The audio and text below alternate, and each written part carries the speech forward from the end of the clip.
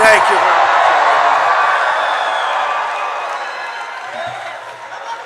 Hello, beautiful, beautiful North Carolina.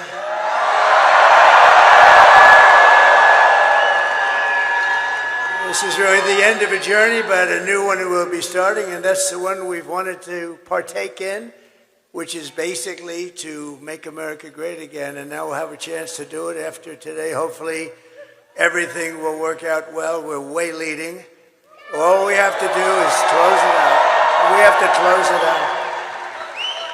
If we get our vote, there's nothing they can do. This is one of those deals. If we get our vote, we're leading every swing state, which is unheard of for the Republican Party. They're always up at the end. They always were good finishes or bad finishes, depending. Sometimes they'd get there, but you'd always go in by losing hundreds of thousands of votes, and you'd watch it like a racehorse, and sometimes they'd get there, and sometimes they wouldn't. But with North Carolina, I always got there because we won every race, every primary.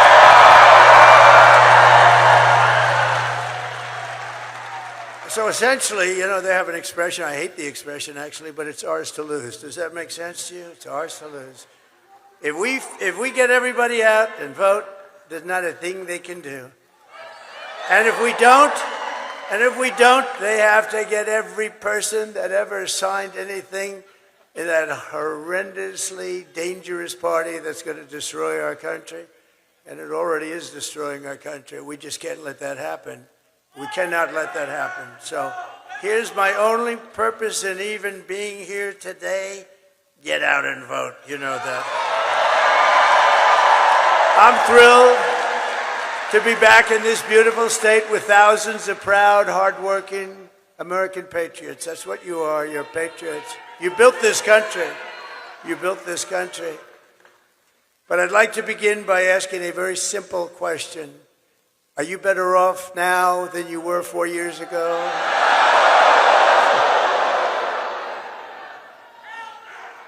I've asked that question so many times. I've never had one hand go up for the other. With your vote tomorrow, I will end inflation. I will stop the invasion of criminals coming into our country.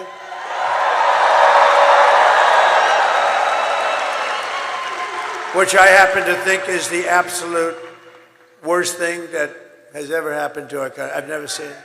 They're putting in murderers, releasing all of their prisoners from jails all over the world, not South America, all over the world, into our country. I think it's the worst thing. In the polling, when I see the polling, I see that inflation and the economy are number one, which is sort of standard. But I really would like to put that, because we're going to close up that border so fast. We're going to get those people out of here. And she's not going to do it. She couldn't do it if she wanted to. She wouldn't know what to do. They have open borders. And you know what? If things went bad today, and tomorrow, you would have open borders the first day of that. And they have 21 million people that they let into our country. Many of these people are murderers. Think of it. 13,099 are murderers. The big drug lords. The prison population from countries all over the world. And if I ran a country, I'd say, get my prisons. Open borders. They just walk in. No vetting. Think of it. No vetting. We have no idea who they are. You're not allowed to ask. You're not allowed to ask. They just walk right into our country. And they killed people. You have murders. So you have 13,099 murders. Many of them have killed far more than one person. Bad things are going to happen. And you have terrorists at levels that we've never seen before. We had terrorists down the lowest we've ever. I had in 2019, and this isn't done by me, this is done by Border Patrol, which, by the way, endorsed me. They gave me a great endorsement. They said, he's the greatest president ever. He's the greatest president, the head guy. Boy, Paul was great. He made a beautiful speech, but he said, he's the greatest president our country has ever had. I said, does that include Lincoln, Washington, and a couple of others? But it's very nice. But they gave me the strongest endorsement. And I have to say this, in the same little speech, they said she's the worst thing to ever happen to our country. And it's very hard for them to say that She never made one phone call in 4 years to the Border Patrol. How are we doing? I used to drive them crazy. They probably said, oh, no, it's the president again. Yes, yes, we're fighting our president. Yes. I used to drive them nuts. When I had nothing to do, I said, call the Border Patrol. And we got, just drop that chart, please. That chart, my all-time favorite chart.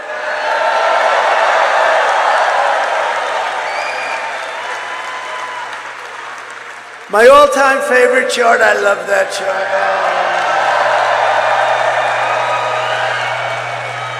I sleep with that chart. I kiss it every night before I go. Because I wouldn't be here if it weren't for the chart. If you take a look at the arrow on the bottom, that was the day I left office. That was the lowest illegal immigration we ever had. And I kept it pretty good. And then you take a look, and we had Mexico pay for their soldiers. They didn't want to pay for their soldiers. I said, you have to give us soldiers while we build the wall. And they paid so much money to us, and they said, we're not going to do that. They actually laughed at me when I suggested it, and I said, here's what I'm going to do. I'm going to put a tariff of 100% on all your cars and everything that comes into the United States. They said, you know what they said? Sir, we would be greatly honored to let you have our soldiers free of charge. Thousands. How many would you need, sir? I said, as many as it takes. And they were great. They made a big contribution to our security, let me tell you. But they got to stop with, now we're talking Turkey. One of the first calls I'm going to make is to Mexico. You stop letting people come in through our border and come in through your southern border, and you stop it.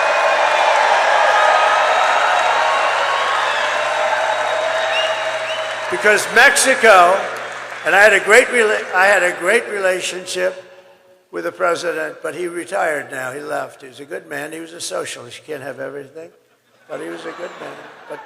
But they paid a fortune for the soldiers along the border. We were able to have great numbers. Well, built 571 miles of wall. I was going to add 200 more. By the way, far more than I said. I was talking about 200, 250. We built 571. And nobody talks about it. And you know what I did? Because we had a Congress that was not behaving. I said, I don't care. This is an invasion of our country. I'm taking it out of the military.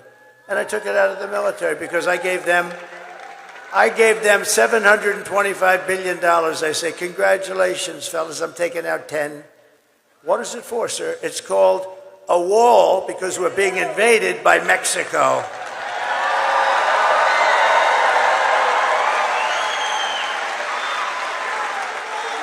But now we have a new president in Mexico. I suppose a very nice woman. They say I haven't met her.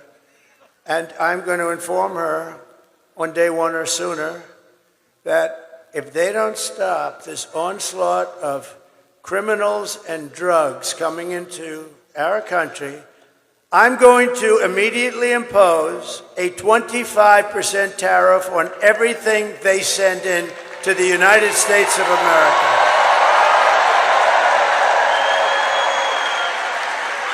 And the reason I delayed that, you're the first ones I've told it to. Congratulations, North Carolina.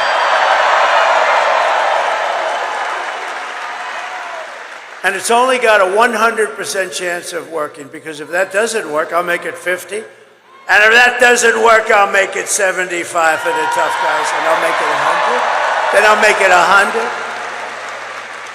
And at some point, they'll have so many soldiers on their southern border. You know, their southern border is where they come in. They come right through.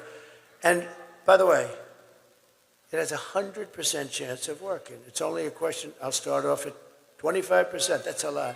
Do you know Mexico's our #1 trading partner? Do you know what that costs? They make a fortune.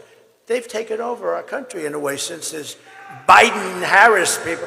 They became our #1 trading partner, and they're ripping us off left and right. It's ridiculous. They're not going to rip us off. They wanted $3 billion to meet with Biden. They wouldn't have said that with me. I would have said, oh, really? You want $3 billion to meet?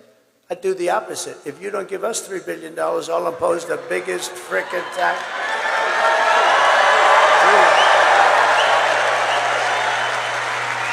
You know, I've never told you any of this, and I wanted to wait till the day because I don't want to have her She's a low IQ individual. I don't want to have her say, you know, I had an idea last night while I was sleeping, turning, tossing, sweating.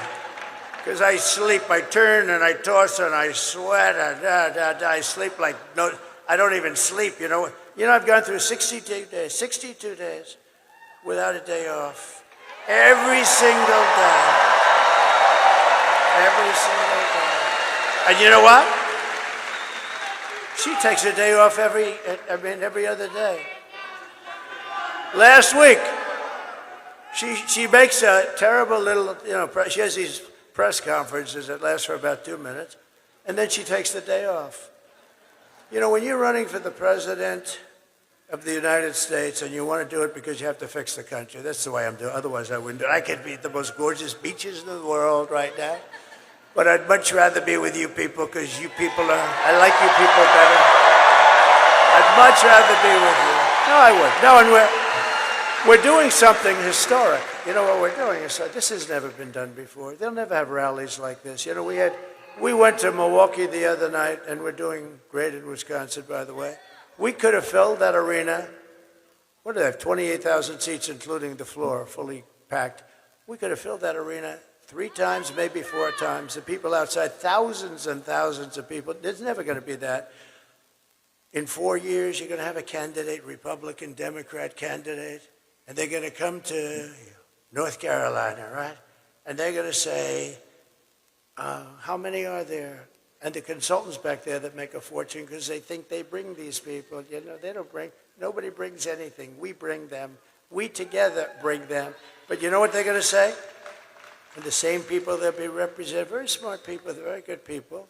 You have to, you know, can't give them too much leash. We can't give them too much. But they're going to have 250 people come. And that's standard. See the ladies of North Carolina? They've come. They've come. Those beautiful, beautiful ladies. They're looking better and better all the time. These beautiful ladies, and I think they're very well to do. I mean, they're always so beautiful, beautifully coiffed. Look at that. They're just, but here's what I love. They're great Americans. They love our country. They love North Carolina. They come from isn't it nice where you can sort of be closer? They'll travel to California. If I went to Hawaii, they'd be in Hawaii. I think they're loaded. You want to know the truth. I think their husbands. The reason I never see their husbands is because they're working like hell. Because these wives are traveling all over the place. 257, they've been at 257 rallies. And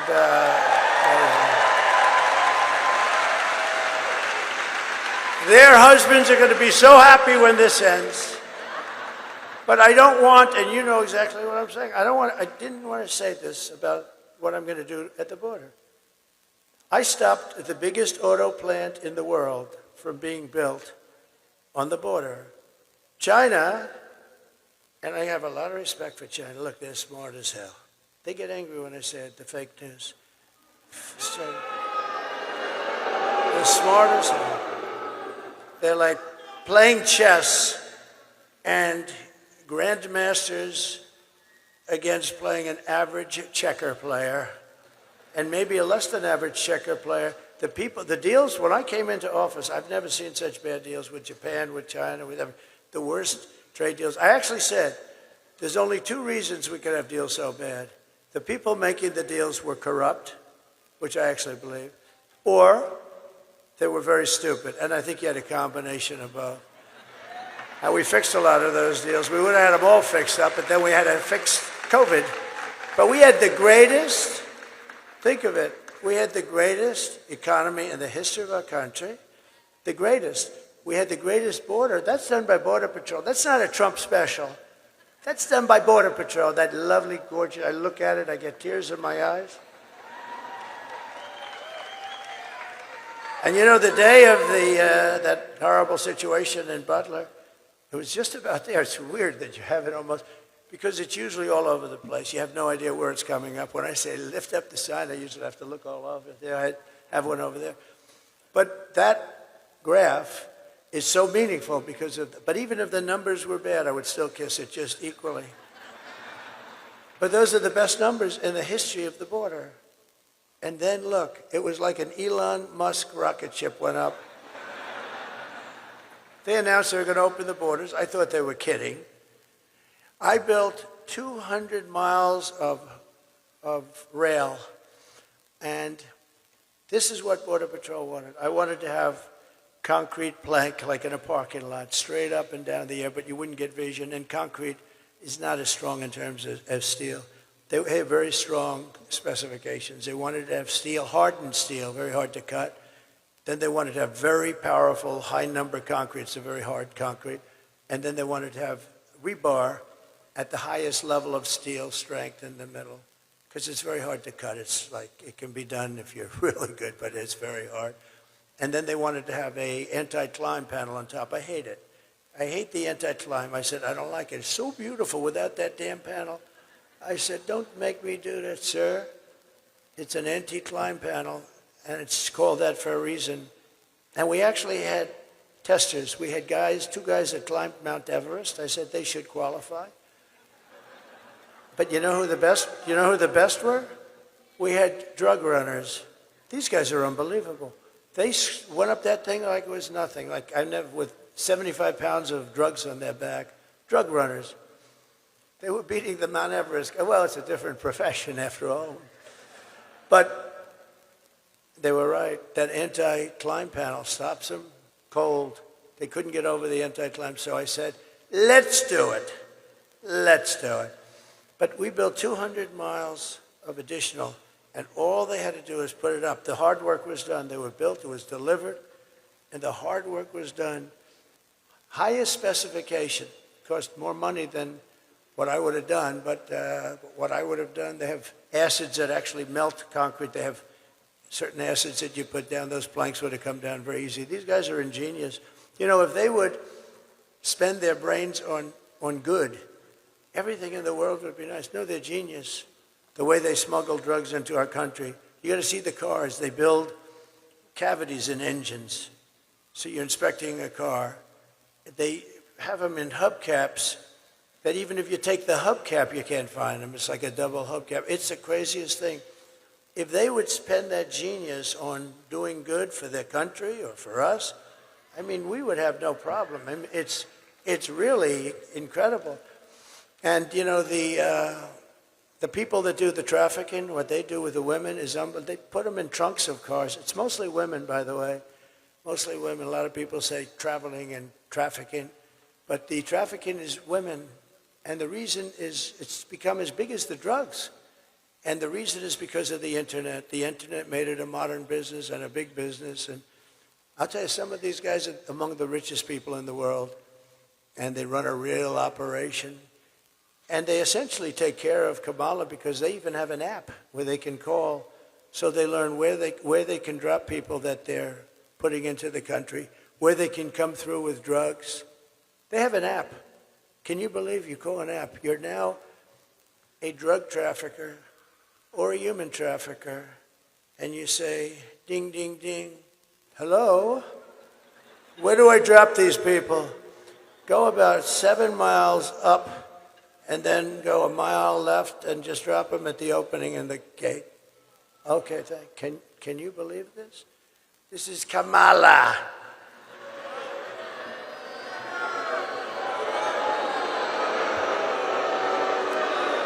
So all that stuff ends very quickly. We'll get that thing built. But they could have put up 200 miles. Oh, you know what they did with that expensive stuff? And it's expensive. They had it laying in the sand, laying in the mud. It was all there to be put up. All they had to do is flip it up. It goes like, they put it up real fast. 3 weeks. The whole thing, we would have had 750 miles of wall. Think of it. And boy, walls work. Walls work and wheels work. You know, they never get obsolete, right? The computers, in about 2 minutes, they're obsolete. And, but we have the best computer guy there is, right? We have Elon. And he loves it. And you know where Elon is right now? Elon is right now. He's in Pennsylvania campaigning because he thinks it's the single most important thing he's ever worked on. Elon Musk, and we want to thank him. He's an amazing guy. When I saw that rocket came down When I saw that sucker come down, 22 stories, by the way. You know, people think it's like 5 feet high. It's 22 stories. That sucker's coming down, and it's those engines were blowing.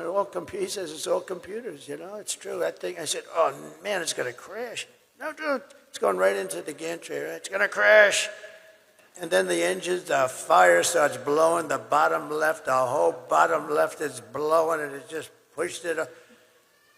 And then it came down, and those two big arms, you saw the arms? They grabbed that thing like you grab your beautiful baby. See, I've gotten much better.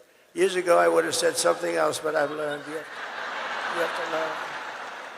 I would have been a little bit more risque. Like you grab your child,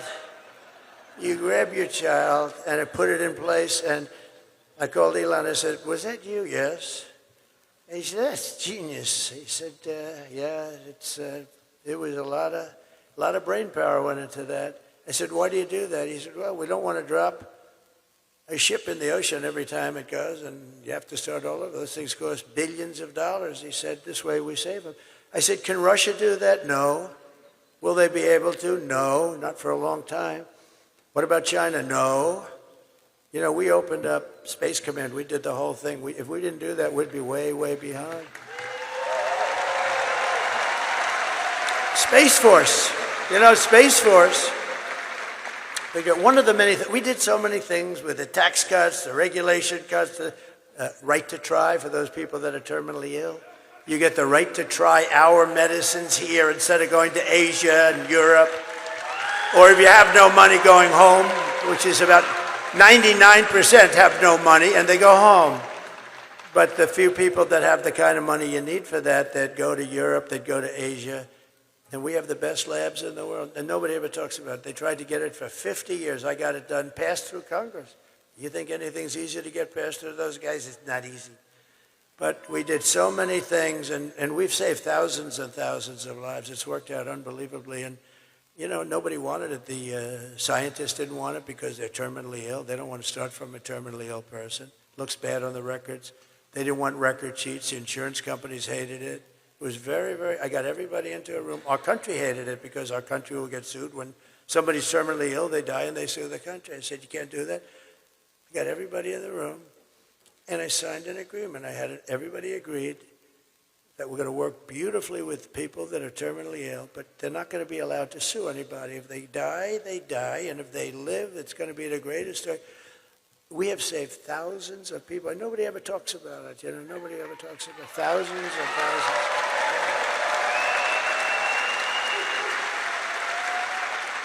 I mean, we have a person in this room who was saved by right to try.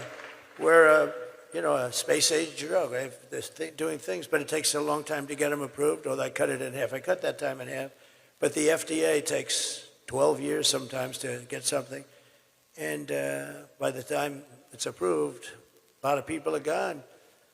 So when they're terminally ill, we get them that drug right away. And they sign an agreement that I or my family will not ever, for any reason and under any circumstance, sue the United States government, such and such a drug maker, such and such a lab, Dr. Schwartz, Dr. Jones. We will not sue anybody. We just want to get better. That's all it says. Pretty good, right? That's pretty good for only a semi-non-lawyer. But that's essentially what it says. And you know, the funny thing is the ones that were most against it were the drug companies and the labs. We have the greatest labs in the world. What we're doing, space-age things, and we got it started. It was dying on the limb before I came along. Well, NASA was dead. When I came along, all you're seeing with the space, and NASA was dead. NASA had grass growing out of its runways. The runway, I mean, they had, every time there was a crack, you had grass. This place was dead. Now it's the most vibrant center anywhere in the world. All of their centers, it's vibrant. And Elon brought it back, and the people at NASA are doing a great job. They're all working together. But we brought it back. And ultimately, we want to go to Mars and all, but what I want it for is defense. And Russia and China were killing us in space. And space is so important. It's going to end up being maybe, I don't want to say more important than the Marines, because they'll never speak to me again. But I'll tell you what, it is going to be right up there in terms of importance. It's important. If we didn't have it, we were being lapped by China. They have stuff up there. And Russia, even though they're a little bit busy killing a lot of people, a war that would have never taken place. Zero chance. I'd speak to Vladimir Putin a lot. It was the apple of his eye. Don't do it. Don't do it. I mean, I closed up his pipeline. It was dead. Nord Stream 2. Biden came in and he allowed it to go. But he closed up the Keystone XL pipeline. Think of that. I said, no, Joe, you got it wrong. You let Keystone go forward and you close up the Russian pipeline. But he did the opposite. And then they said, oh, Trump loves Russia. Trump loves Russia. It's the biggest project they've ever had. I'd close it up. Then he came in. The first day he was there, he let him build it. So what is that? Oh, that sounds so cute. I love dogs. I love dogs.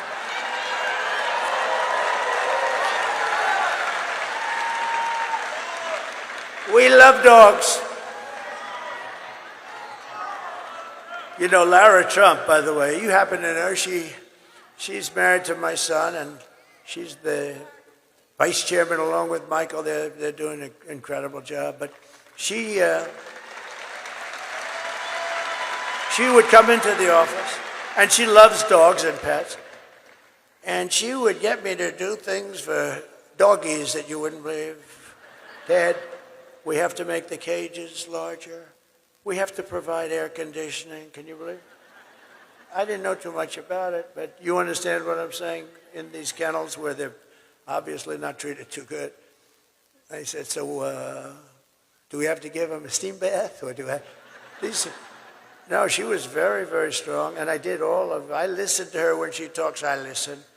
But Laura was so incredible. As you know, she was born in North Carolina, lived here his whole life.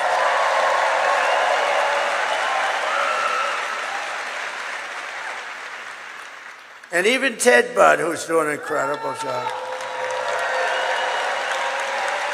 And I said, Ted, run for the Senate. And he said, I'll do it, but I'm only going to do it if Laura's not going to run. Is that right? He said, I'm only doing it if Laura. And she said, you know, I've devoted so much time, and I'm raising these beautiful children. I have a great husband, and you know, and Ted is great. She said that. She said, you have a great guy in Ted, very nice. But he did say that, and I you know, a lot of people would say they'll bull through. Nobody would have had a chance. They love her. They love her in the party. They love her even the Democrats love her. Can you believe it? Stand up, Ted. Stand up.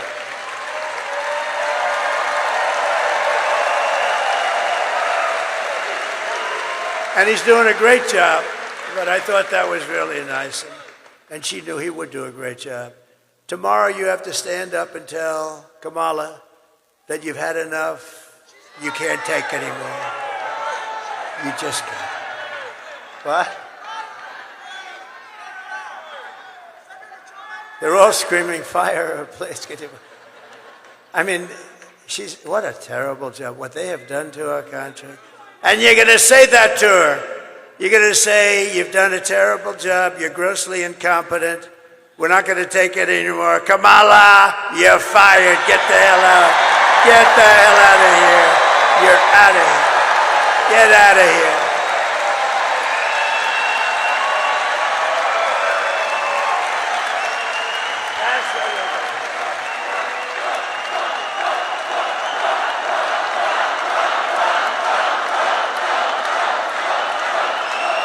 Thank you very much.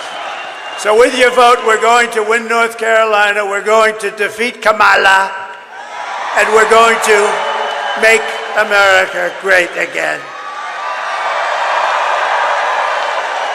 I hope you don't mind that entire opening, you know, I was going to get out of here fast. I'm doing 4 of these things today. They're big. And the voice is holding up just about barely. But I had to express it. You have been a very special group to me because I've won I've never lost a primary. I've never lost. In North Carolina, I've won everything. I won those elections. I've made all these friends.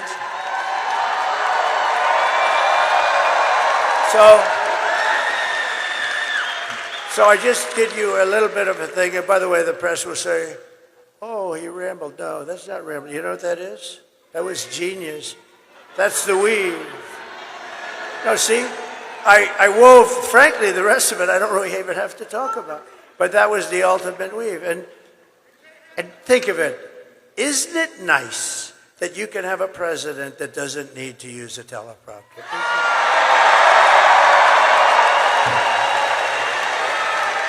Isn't it nice? And I got to go a little quicker now because you know what? I took Marco's place and I took Sarah Huckabee Sanders' place. I said, do you mind if I go now? Because you know what? We got to keep a schedule. And I'm going to ask them to come up right now. Just come up. Because I took their place. And it's so rude. Marco is a big winner, beautiful winner from Florida. As you know, he's a great guy. He's my friend. And Sarah's now the governor of Arkansas. And we love those people in Arkansas. So while I'm talking, I'm going to ask them to come. See, we're trying to conserve a little time.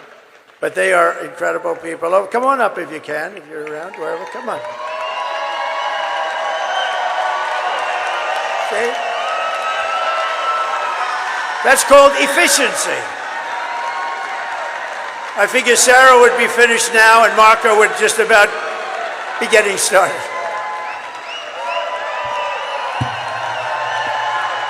Two great friends, two very talented. No, but I figured Sarah would just about now be finishing, and Marco would be starting. And you know, he's a great speaker. They're both great speakers. They speak for a long time.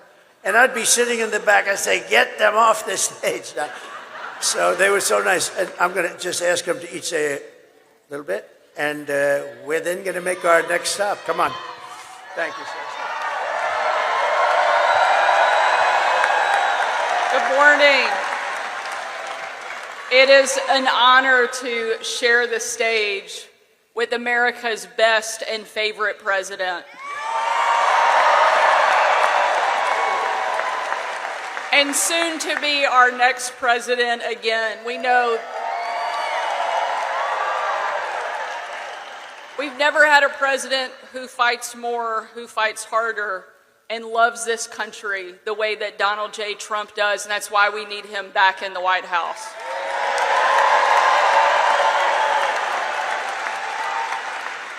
Every day when the left was relentlessly attacking me, it was Donald Trump who stood up for me, who empowered me, and gave me confidence to do my job, and that's what he does for every single American, every single day.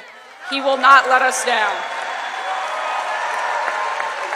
Make sure you get out and vote, North Carolina. We need you because America needs Donald Trump, and we're going to make it happen. Thank you so much for all you're doing.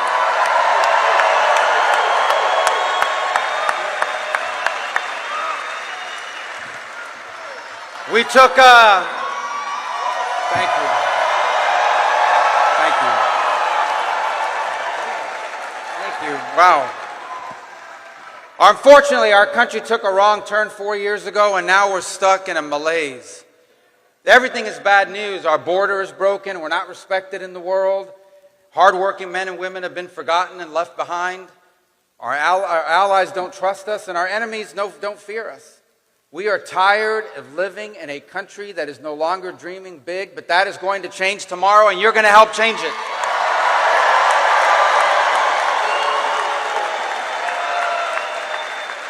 Tomorrow, North Carolina and the country are going to make our 45th president, our 47th president.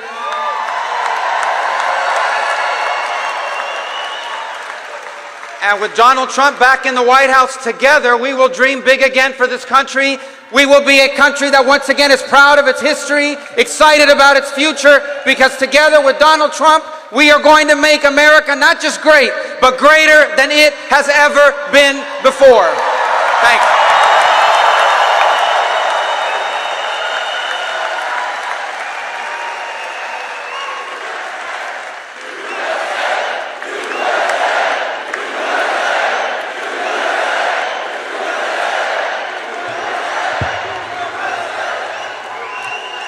Okay, so they both did better. If they stood up here and spoke each for half an hour, what they just did was better. and appreciate it. And it brings us a little bit into schedule. You know, one thing Marco was talking, and I said, you got hit so hard by that hurricane, and we didn't care about what we're doing today. We only cared about saving lives, and we did a good job. FEMA did a horrible job. The administration, they're still not there. You know why? Because they've spent all their money on bringing in murderers and a lot of people. They spent all their money on bringing in illegal migrants. They've also taken a lot of your jobs, especially jobs from the black population. But think of this. When I started having to think about North Carolina a little bit in terms of a thing called the election, I said to our people back there who've been fantastic, Chris, Susie, everybody, I said, you know, we got a problem because North Carolina is reliable for me. I mean, I've never lost there. Never lost. And I don't think we're going to start now. I don't think. I've never lost there. We have a beautiful lead right now in early voting. You know, last time I wasn't leading in the first, I won it twice, but I was way behind. In fact, I went to my people. I said, hey, man, I'm like way behind here. What's going on, Michael? Right? What was it, like 200,000 votes? I said, how the hell do I win? But the later voting came in, Republican, boom, and we blew him away, right? He was right. He said, just relax. Just relax. I'm screaming, what the hell happened in North Carolina? But that's the way it works. I mean, the Republicans are used to voting late. They do it. They feel better about it. They want to be there on Tuesday. And that's all we want them to do is do the same thing that they've done. But I have to say, an amazing thing happened because I went down. I had to be the first, but I went close, but I didn't want to bother people. I mean, it was devastating. And then shortly thereafter, I went to the sites, and it was horrible. The houses were ripped. People are still missing. Many people died. A lot of people don't know. You've had terrible FEMA response, like non-existent. Franklin Graham was great, and so many other people were great. And I made a big contribution toward the effort, but I said rather than me do it, I was ready to do it, but I said I'll give it to Franklin and others that are doing so well there. It's amazing, some of the people that work there. So we gave them a lot of money and they're doing a job. But no response. But you know what? I said to Michael and I said to other people, these people have been wiped out. Their houses are gone. You got to see. I mean, trees are ripped, giant trees, 10 foot in diameter. They're ripped out like they were toothpicks. I've never seen anything like it. And just clean. Not only the houses gone, but the concrete foundations were taken out. You'd see them laying 20 miles down the road. It was the most devastating that you can imagine. I said, we'll be lucky. And this was a very Trump area. We know what that means. It's Trumpy. They call it a Trumpy area. And with a lot of love and great people, no crime, no nothing. Just great people, but it was devastated, you know, essentially destroyed. You'll probably have it built back in about 15 minutes, right? Because that's the way you are, workers. But I said, you know, if we get 50% of the vote, I don't know they're not going to show up. So I figured anywhere, not having done this business that long, actually, I figured very accurately, anywhere from 25 to 50% of the people may come and vote. And here's what happened. The lines were through the roof. I don't know where the hell you all came from.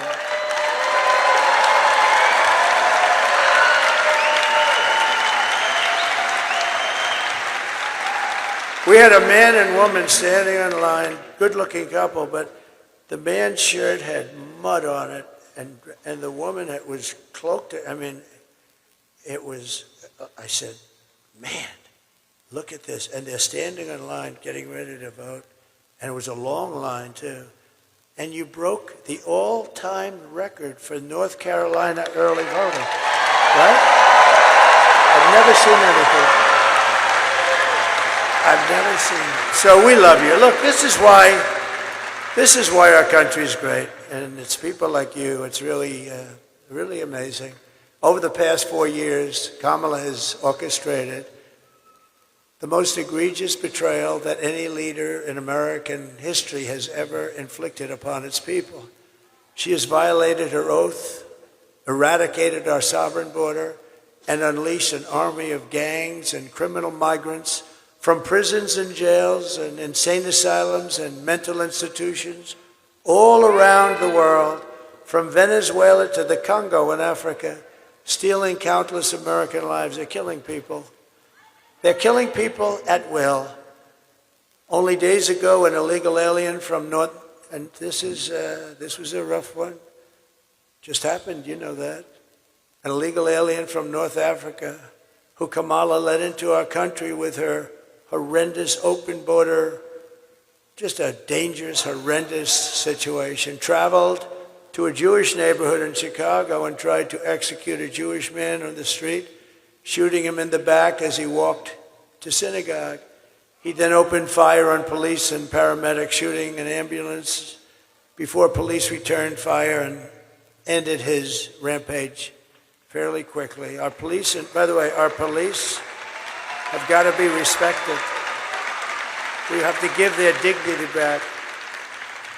We can't take their pensions, their house, their family. They want to stop crime. We have to let them stop crime. We have to give them their dignity and their honor back. In July, an illegal alien who Kamala released into our country again with her open border, just walk right through, sir.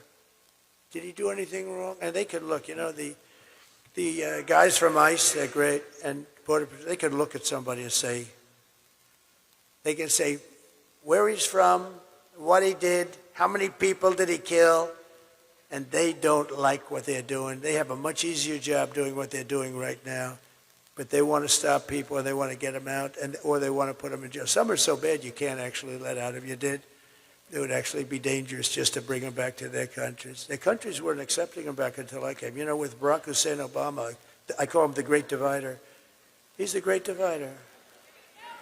And he hit, and Michelle hit me. I was so nice to her.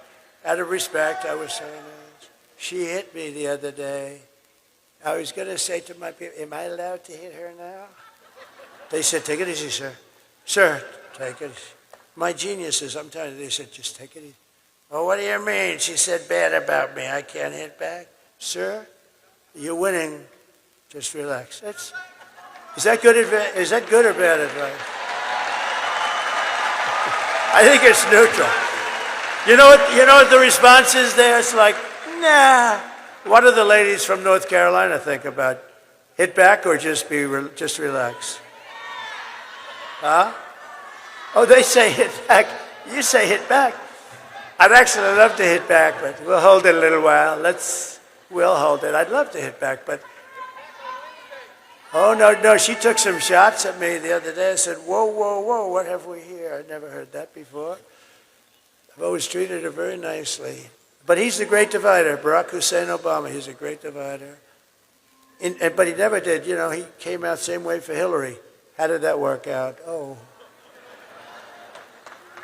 And here's news, it's breaking today. Sleepy Joe Biden has announced officially that he likes Trump more than he likes Kamala.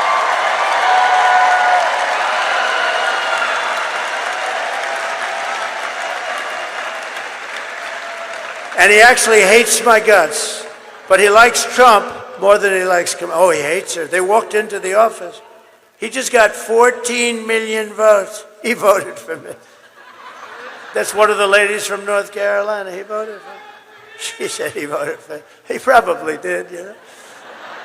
Being interesting, they got to follow him in with a camera. Why not? They spied on my campaign, right? So why the hell couldn't you do that? But Sleepy Joe said, I don't want to leave. You're leaving, Joe. This was crazy, Nancy. She's such a bad one. She's already plotting a move to try and impeach him. She's a bad, sick woman. She's crazy as a bedbug.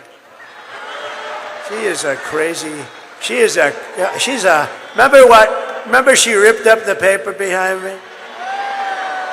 You know, she could have gone to jail for that. You're not allowed to do that. I think Nancy Pelosi is a disgrace. They impeached me on no evidence. I did nothing wrong. Fortunately, the Republicans stood up for me 100%. But Nancy Pelosi is a disgrace. The hatred she brings, she's got real hatred. And yet she could sell a stock like Visa last week, right? And the following day, they announced a major investigation into Visa, but she got out. And the fake news back there does nothing about it. They should be ashamed of it. Okay. And by the way, just to get it straight, because there'll be reports, it's already probably out over the wires, I should have done it. I'm only kidding about Joe. He didn't officially say that, but I believe, okay? It's probably already out on the wires that we have an official report from, because this is pretty big stuff up here. So when I say it's official, no, I'm only kidding. In July, an illegal alien who Kamala released into our country was arrested in Charlotte, North Carolina, for stalking a woman into a public bathroom and attempting to forcibly rape her. In Wilmington, North Carolina, 3 months ago, an illegal from Venezuela brutally stabbed a man to death just 4 days after he was arrested for domestic violence. But instead of being deported, this criminal alien was released so he can kill, and that's what he did. These terrible atrocities are happening every day in our cities and towns. They're going after young girls, they're going after old men, they're going after anybody that moves. They don't care. And different from us, the moment they kill, they don't even think about it. We don't kill. But can you imagine if something happened and it would be devastating. They don't even think. They wake up the next morning and they don't even think about the damage and the havoc and the ruin they've caused families and the pain. And these are coming back. These people are coming into our country at levels that have never been seen in any country. No third world country would allow it. They'd stand at that border with sticks and stones and they'd say, "You're not coming in here." I want you to hear directly from a mother whose world has been shattered because Kamala let savage illegal alien murderers into our country. Please. Sad. That was a few days ago that we had the news announcement, and it was the day when the Border Patrol endorsed me so strongly, and I was so honored by it. And we talked about Jocelyn. She was there and talked about Jocelyn. I mean, just so unnecessary. Would have never happened. They wouldn't have been able to get into the country. Would have never happened. So many things wouldn't have happened. Inflation wouldn't have happened. Russia, Ukraine wouldn't have happened. Israel wouldn't have happened. The October 7th Israel attack would have never happened. Those people would all be alive. Most of them are gone, I believe. I think that's part of the reason they're not wanting to negotiate so much. They said, "Oh, I can't believe it." They're probably, most of those hostages, sadly, I think they're possibly gone. Most of them are gone. And it would have never happened. That attack would have never happened. All those people would be alive.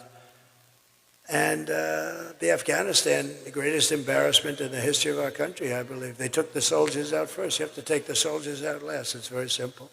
Milley should have been fired. All those generals. Kelly should have been. Kelly was such a disaster.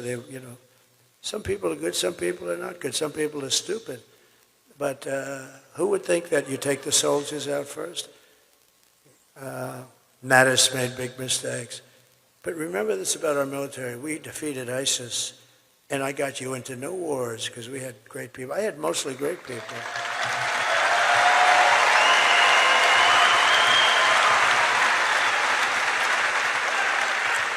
We had mostly great people. And when I went to Washington, I didn't know anybody. I was a New York guy. I was only there 17 times, according to the media. And I went to Washington, and I said, "Listen, I just became president, but I don't know anybody." And you rely on very good people. Some are rhinos, and they're decent rhinos too, but they give you rhinos back. And we don't like the rhinos. We don't think they do the job properly. But we did a phenomenal job. I just want to say that the day that I take office, the migrant invasion ends and the restoration of our country begins. The United States is now an occupied country, but it will soon be an occupied country no longer. November 5th, 2024 will be Liberation Day in America.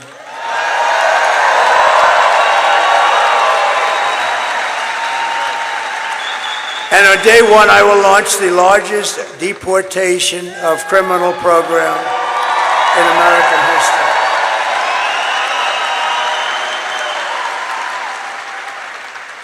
and a president named Dwight Eisenhower, great general, a better president than people were saying, actually. But he believed in strong borders. He hated to see people come through our border, and he has the record right now, but I suspect that record, unfortunately, it's not something I want to do. But we have no choice. We can't allow murderers and drug dealers and all these people. They're all pouring into our country, and we can't allow it. We won't have a country left. I will rescue every city and town that has been invaded and conquered. They've been conquered. Our towns have been, you take a look at Aurora, take a look at Springfield. We have a town of 50,000 people, and they drop 30,000 illegal migrants. They used a little technicality so we don't call them, but that, to me, that's illegal. In any event, there's no way a town can subsist. You have hospitals where people who go for a checkup can't get checkups anymore. The whole place is being flooded. And they come from largely a troubled country, a very troubled country, very dangerous country, but a very troubled country. And they have another little problem. They don't speak a word of English, so the mayor, who's a nice guy, is looking for interpreters. This isn't what we're all about. 30,000 people going to a 50,000 people town. Springfield, Ohio, no problems. We had a beautiful, beautiful little town, and now it's horrible. And this is happening all over. Those are examples. Aurora, in Colorado, you have a radical left lunatic governor that has no idea what the hell he's doing. And Colorado should vote for me because of what they put me through. They tried to take me off the ballot when I was leading both the Republican and Democrat parties. And it went to the Supreme Court of the United States, and in a unanimous decision, they say, I'm sorry, you're going to have to beat him at the polls, you know? You're going to have to beat him at the polls. And hopefully they're not going to be able to do that. And the people of Colorado, you know who is more angry about that than the Republicans? The Democrats, the regular Democrats. And I think we have a chance of, I hope that Colorado's watching now, and I think we have a chance of winning Colorado because of what they did. That was, you talk about democracy. That was a threat to democracy. See, that was a real threat to democracy. And we will put the vicious and bloodthirsty criminals in a jail. We'll kick them out of the country. We'll take care of it. But to expedite removals of Tren Day, Aragua, and other savage gangs like MS-13, we have a lot of gangs. They're bad ones. They're tough people. Thank goodness we have ICE and Border Patrol, and we have great law enforcement. We have great law enforcement.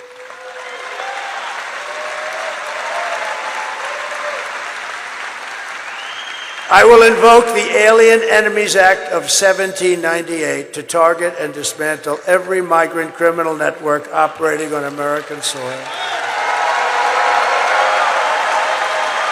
And if they come back into our country, it's an automatic 10 years in jail with no possibility of parole. And I'm hereby calling for the death penalty for any migrant that kills an American citizen or a law enforcement officer.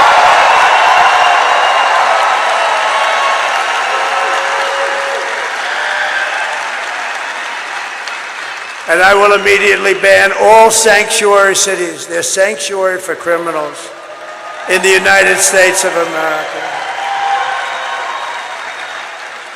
And to secure our border and working along with all of the things we're going to be doing, we are going to rescue our economy.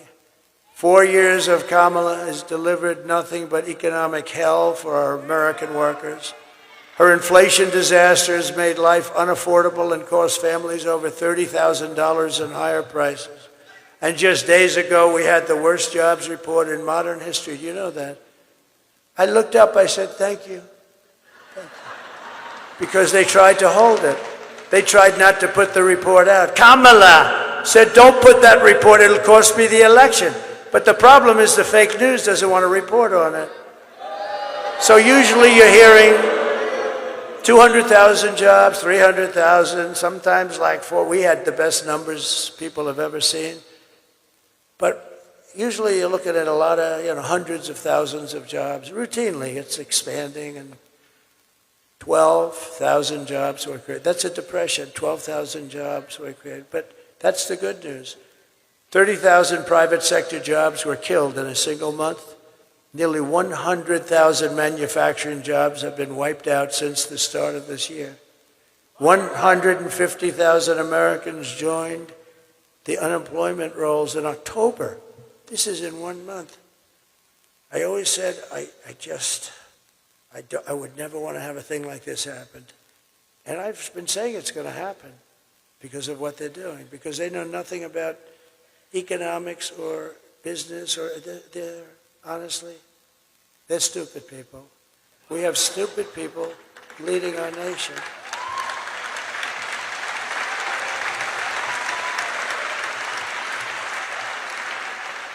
And nearly 250,000 people dropped out of the labor force. They dropped out because they couldn't get a job. And can you imagine that? Can you imagine? These are the numbers, and they don't want to talk about it, but that's okay. These numbers are disqualifying. These numbers make them, because the famous quote, it's all about the economy, stupid. We have the worst economy that we've ever had since the 1929 Depression. These are depression numbers, and it's going to get worse. But see, they'll blame it on me. She just said, they'll blame it on me. But you see, that's what I didn't want. I didn't want to be sworn in and then have these numbers come then. I said, I hope it comes before I go into office. Otherwise, I'll get blamed. I didn't want to be a certain president.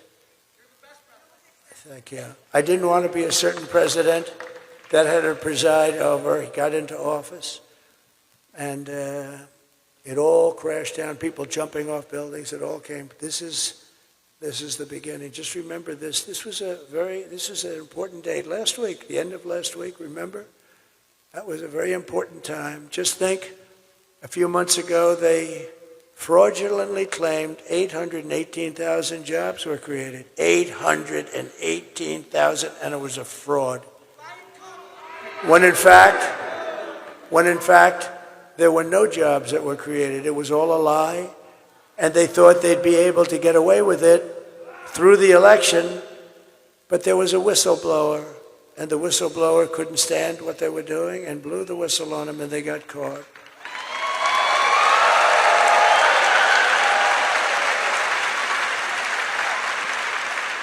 And now again, they've just revised past job reports because they had another whistleblower, so they had to do it. They wanted to wait till after the election again. And they found another 112,000 fake jobs. In other words, jobs that they're reporting exist and they don't exist. It's a fraud. That's 1 million fake jobs. Now, when you look at the numbers and you see those jobs, it didn't make it look great, not like our years. But you know what it made it look like? Pretty normal, pretty good. There was no story. Meanwhile, think of this. Meanwhile, 100% of net jobs created in the last year have gone to migrants. Can you imagine? Not to our population, migrants. But these are depression-type numbers, and that's where we're heading if she's elected. Under my leadership, we're quickly going to turn this economic nightmare into an economic miracle. You'll see. And we're going to make America wealthy again. And we will make America, very importantly, affordable again, because people cannot afford the prices. The prices are too high. We're just one day away from the best jobs and biggest paychecks and the brightest economic future that the world has ever seen. But you must go and vote, and Kamala talks about fixing the economy, but why doesn't she do it? She always goes, oh, yes, we're going to do this. We're going to give you tax hikes. You know what? She wants to raise people's taxes. That's how the Depression started, by the way. Herbert Hoover, he raised the interest rates and the taxes at the same time, and it just went boom. That's what she wants to do. She wants to increase your taxes. Interest rates are too high. They are too high. Kamala's plan will impose the largest tax hike in American history and raise taxes on the typical American family by $3,000. My plan will massively cut taxes for workers and small businesses. And we will have no tax on tips, no tax on overtime. and no tax on Social Security benefits.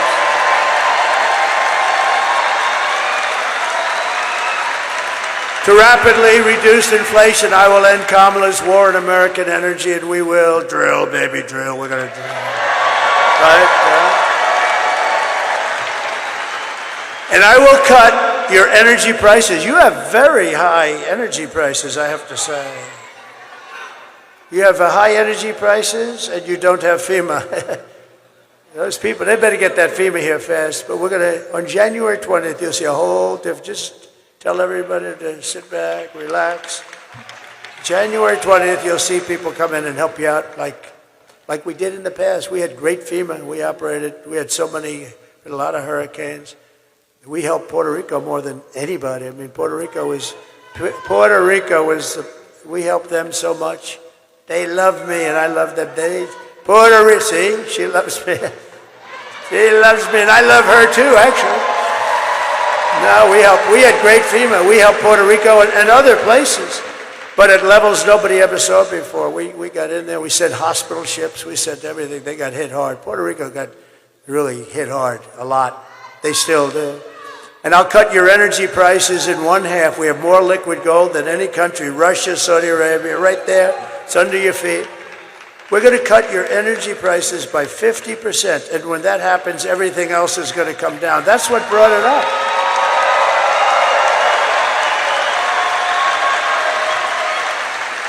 Now, before leaving, I just want to introduce some people that have just been great. Senator Ted Budd, you know, he's great. Congressman Dan Bishop, who's running for Attorney General, and he was a great congressman, and he'll be a great Attorney General. Candidates for Congress, Brad Nod and Alan Swain, they're terrific, please. Good luck.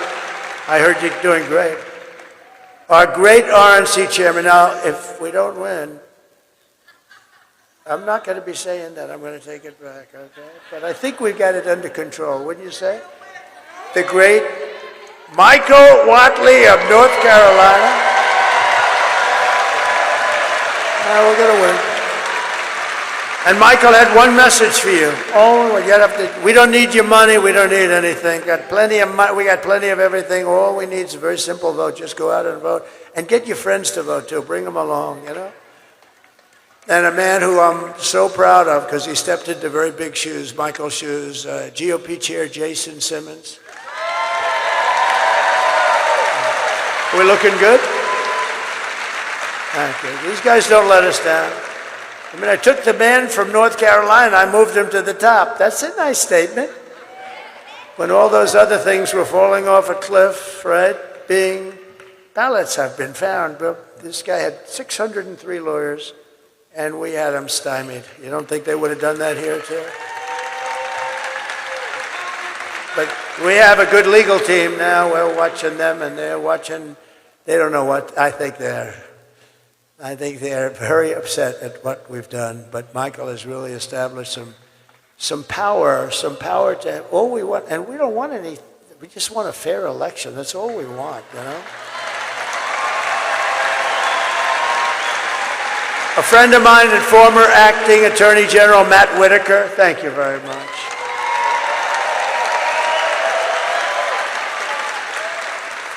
Alice Johnson's here. Where's Alice Johnson? Oh, look at my beautiful.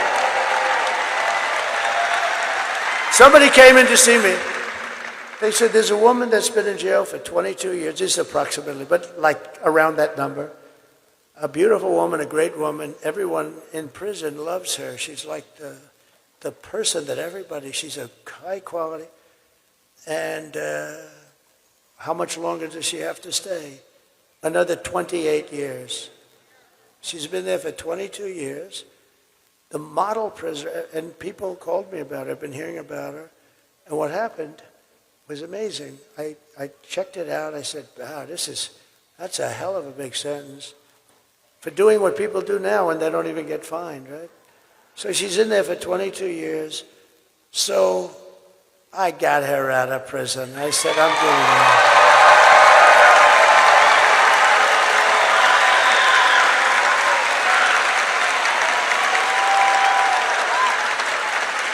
You look beautiful. Wow. Can you imagine? She was actually on a phone call. They had a couple of guys selling drugs and stuff, and she was on the call. They gave her 22 years plus, I guess, 50, 60 years or something. I mean, it's unbelievable. Today, they wouldn't even give you a fine. And it's, you know, and that's no good either, by the way, because what's going on. But it was one of the best feelings. I mean, I've had a lot of good feelings. We had a lot of victories, I'll tell you what.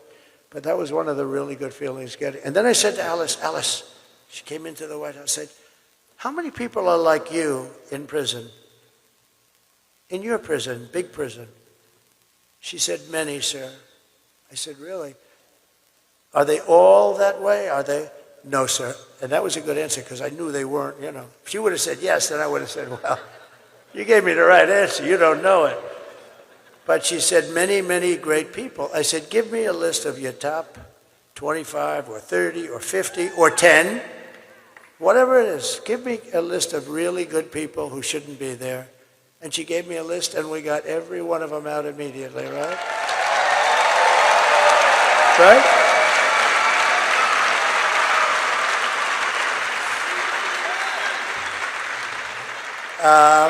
She's just a great woman. Thank you very much, John. I didn't know you were going to be here. That's very nice. She still likes me. Well, she's got to like me. What the hell? I mean, could you imagine if she were like some of these guys? Sometimes I'll endorse somebody and they won't be that. Can you imagine when, this would be a story. I got her out of 28 years and then she comes out against me. I'd say, but stuff like that happens in politics, I got to tell you. But not with that one, it doesn't. We love you. Thank you very much. Thank you. So I didn't even put it here, but you know, we have so much stuff, and I don't want to bore you. But I was asked by a group of people, mostly African-American people, came to my office. They said, we've been trying for 30 years to get criminal justice reform. Obama couldn't do it. Nobody could do it. Nobody could do it. And they came to my office and they said, we have a problem. We're 5 votes short, and we need 5 conservative senators that are hard line. And actually, we had conservative senators that loved it, Ted, right? We had some conservative senators that were actually supporting it. But I called up some of the senators, and one of them in particular was great. He said, you got it. He was leading it. He said, sir, you got it. I said, I got what? I haven't even asked you a question yet. You're calling about criminal justice reform. And I'm the one that's leading against it, right? But you got it. Because if it wasn't for you, I wouldn't even be a senator.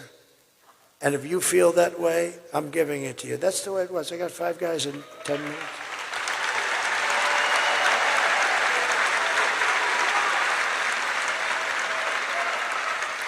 And we got it done, and it was very, because I see this guy, I don't know who he is, but I see him on television. Sort of a lightweight, I think, not a very smart guy. But you know what? He came in, he was one of the people that came into the office. A black gentleman named Van Jones, right? Right? So he came in, and I was impressed with him. You know, good-looking guy. He was crying uncontrollably that it was going to fail again. And there were like 10 African-American people and a couple of others, but mostly African-American. And he was sitting right in front of me and weeping and saying it's, and I really thought it was great because you know what, that's okay. I mean, he's trying to get people like Alice out, that's good. And it didn't, there were no provisions for anything. It was really draconian. And what I did is I said, that's really nice. Look, I'm going to see if I can get this for you. I got it done in about 2 hours. And we had criminal justice reform. And they announced a news conference that night. Van Jones,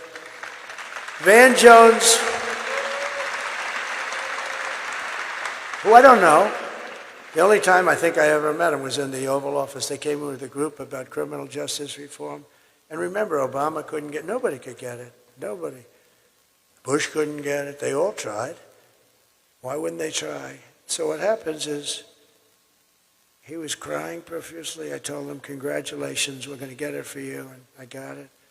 And then they announced a news conference that night in some place in Washington, D.C., and he was heading up the news conference. I said, First Lady, come on over here. I'm going to show you something really nice. This is really a beautiful thing. I'm very happy I was able to do this. I got them the vote that they could have never gotten, 5 conservative senators. You wouldn't have gotten these guys. You got to know what we're dealing with here. They were seriously hard right, and that's good. That's fine. You got hard left, you got hard right. And I said, First Lady, people love, she's got the #1 best-selling book in the country. Can you believe it? Can you believe it? I wouldn't have even said that except I read it and it's really good. If, can you imagine if I didn't read it and I didn't like it? No, she's great. She loves you. She says hello. But she got the #1, that's a big achievement in life. On the New York Times list, do you know how that book has to sell 20 times more than it should in order for her to be the #1 bestseller? So we're proud of her. She's great. And she was a great First Lady. People love her. People love her. And I said, First Lady, see, this is a little bit of a weave. You see those stories? First Lady, book, boom. But you got to always bring it back.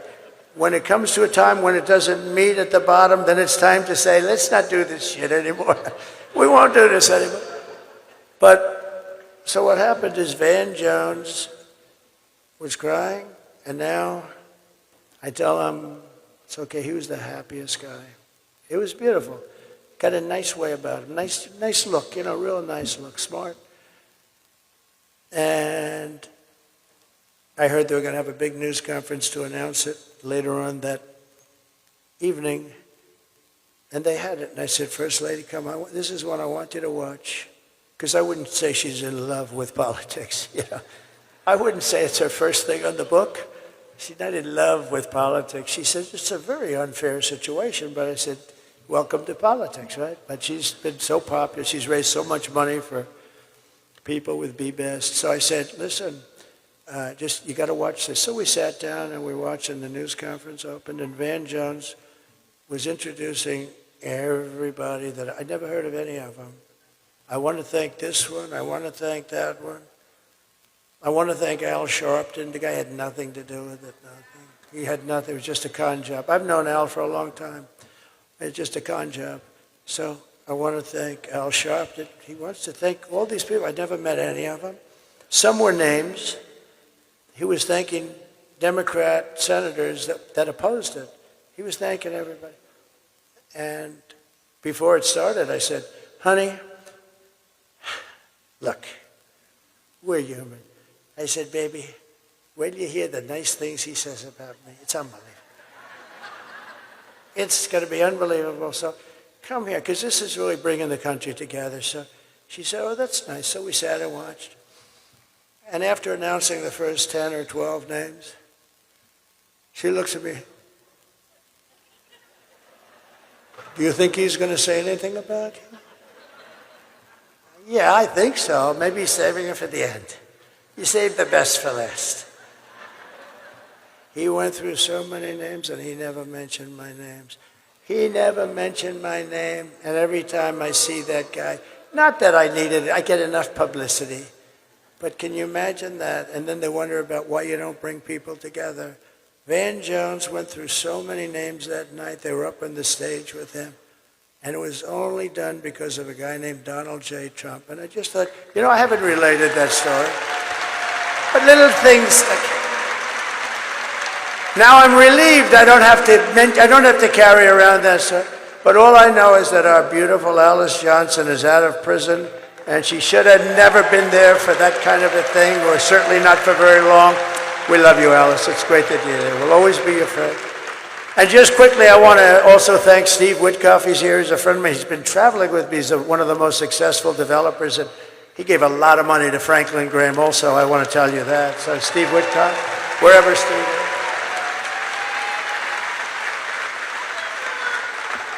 Thank you, Steve. And Howard Lutnick is, along with an unbelievable woman, Linda McMahon, they're heading up transition.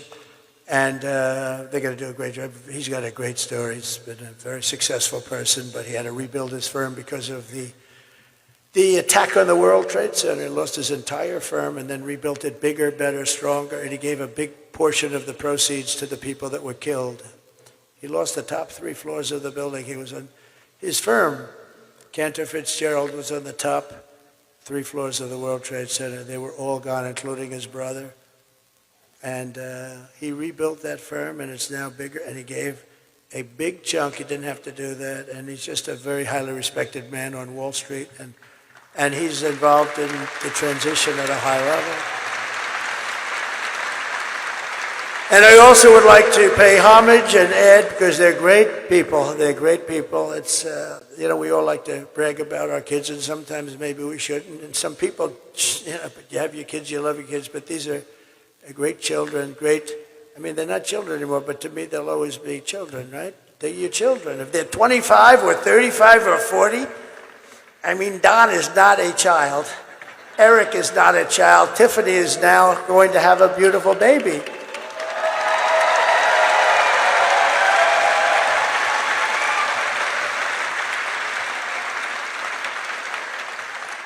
And I want to, Ivanka called me a little while ago. She sends her love to everybody. She's terrific. And I have a guy who's at home with the First Lady, and he's very smart. He got into a great college, and he's now in college. He's 18 years old, and he's doing great. And he gives me good advice. Dad, just take it easy now. You just take it easy, Dad, all right? You don't have to go too much here. He gives me good advice. He's very wise. And I also, Michael Boulos, who's fantastic. His family is fantastic, and that's it. So in conclusion, with your vote tomorrow, we're going to fire Kamala, we're going to save America, and we're going to cut your taxes, end inflation, slash your prices, raise your wages, and bring thousands of factories back to America and back to North Carolina. We will build American, we will buy American, we will hire American, and I will end the war in Ukraine. Should have never started. If I were president, would have never started. And in the Middle East, would have never started. Israel, all those people would be alive. And I will prevent, I promise, World War III. We're very close to World War III, in case you haven't noticed that we have people that don't have. We have people representing us who don't have a clue. We will crush violent crime and give our police the support, protection, resources, and respect that they so dearly deserve. We will strengthen and modernize our military. We will build a missile defense shield over our country made in the USA. We will rebuild our cities, including our capital in Washington, D.C., making them safe, clean, and beautiful again. We will teach our children to love our country, to honor our history, and to always respect our great American flag. We will get critical race theory and transgender insanity the hell out of our schools. And we will keep men out of women's sports. I will defend religious liberty, I will restore free speech, and I will defend the right to keep and bear arms. After years of building up foreign nations, defending foreign borders, and protecting foreign lands, we are finally going to build up our nation, defend our borders, and protect our lands and citizens. And we will stop illegal immigration once and for all. And we want people to come into our country, but they have to come in legally, all right? We do want people. We will not be invaded. We will not be occupied. We will not be overrun. We will not be conquered. They are conquering. They are conquering large sections of our country. We're being conquered. Can you believe that? The only difference is they're not wearing military uniforms.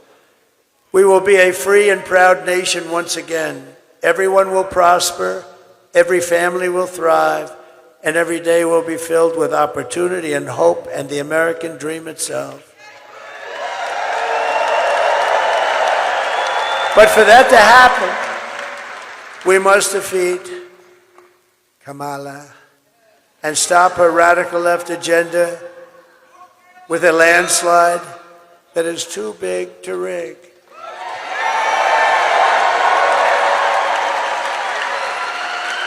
Kamala destroyed perhaps the greatest city in our nation, San Francisco. It's an embarrassment what's happened to San Francisco. We're not going to let her destroy our country. So all I need is for you to get out and vote. For the past 9 years, we have been fighting against the most sinister and corrupt forces on earth. We have together, all of us together. With your vote in this election, you can show them once and for all that this nation does not belong to them. This nation belongs to you. Belongs to you. Because it was the hardworking patriots like you who built this country, and tomorrow it is the hardworking patriots like you who are going to save our country.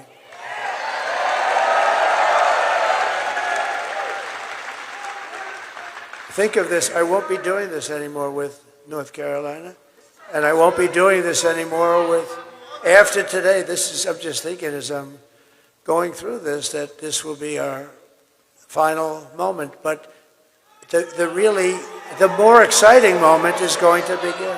See, these moments of hundreds and hundreds of the most incredible rallies that any country, no country's ever seen anything like it.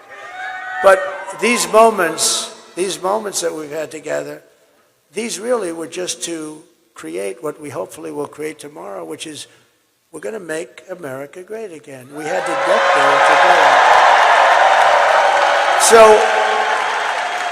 we'll have many meetings, but we won't have rally meetings. We're going to have, maybe we'll rally in that, we'll rally in our success. Because we're going to make our country, so successful. And we did it. We had the greatest economy, best, you see the numbers, you see the charts. We did such a good job, but we'll do a much better job now because I know the people. Now I know the good ones, the bad ones. I know the weak ones, the strong ones. I know the stupid ones. I know the smart ones. I know them all. After all we've been through together, we stand on the verge of the 4 greatest years in American history. With your help, we will restore America's promise and we will take back the nation that we all love so much. We are one people, one family, and one glorious nation under God. We will never give in, we will never give up, we will never back down, and we will never, ever surrender. Together, we will fight, fight, fight, and win, win, win.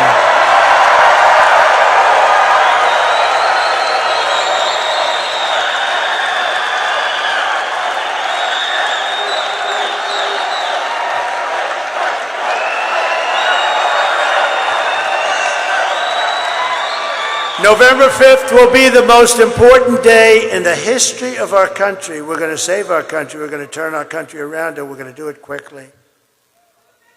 And together we will make America powerful again. We will make America wealthy again. We will make America healthy again.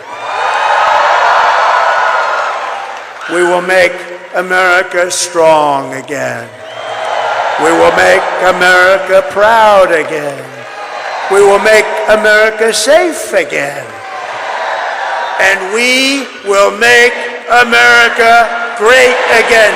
Thank you, North Carolina.